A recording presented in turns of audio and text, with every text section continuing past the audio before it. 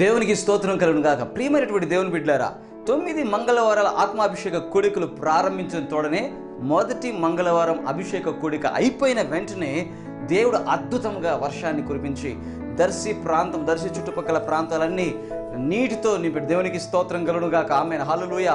ఏదైతే శాపపు కాడి ఆ గ్రామాలని, ఆ పట్టణాలని, ఆ ప్రాంతాలని బంధించింది కాబట్టి దేవుడు మనకి ఇచ్చిన ప్రేరేపణతో అభిషేక కూడికలు ప్రారంభించాలని చెప్పి నేను ఎప్పుడైతే అనౌన్స్ చేశానో, దేవుని బిడ్డలారా, అభిషేకం సాతాను కాడిని విరగొట్టింది. దేవునికి మహిమ కలుగును గాక.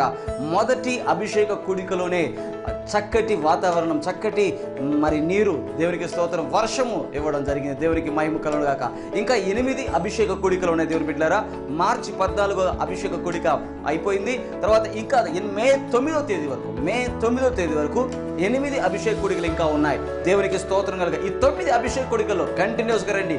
మీ గృహాల్లో ఉన్నటువంటి సాతాను కాడి, మీ గ్రామాల్లో ఉన్న ఇంకా సాతాను కాడి, చీకటి శక్తుల ప్రభావం, ఇంకా ఆ యొక్క వ్యాధులు, ఆ రోగాలు, ఆ బంధకాలు, ఆ ప్రతి విధమైనటువంటి చెడు ఆ గృహాల్లో నుంచి, ఆ పట్టణాల నుంచి, ఆ గృహాల నుంచి, ఆ గ్రామాల నుంచి వెళ్ళిపోబోతుంది. దేవునికి స్తోత్రం కలుగును గాక.